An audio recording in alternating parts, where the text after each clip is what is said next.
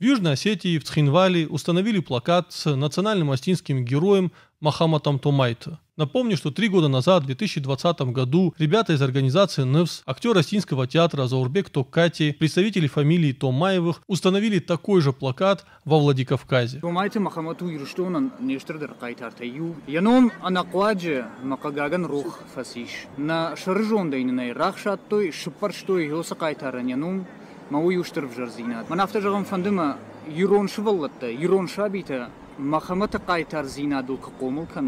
И это очень прекрасная тенденция, хотя между установкой плаката в Владикавказе и установкой плаката в Цхинвале прошло 3 года, но, по крайней мере, мы наблюдаем тенденцию. Для нас, осетин, это сейчас единственная возможность увековечить имена национальных героев, таких как Томайто Мохаммад, Коцта Бега, Санакоты Мате, Алкаты Хашби, и, как правильно сказал Заурбек Токкати, их просто вымыли из нашей головы.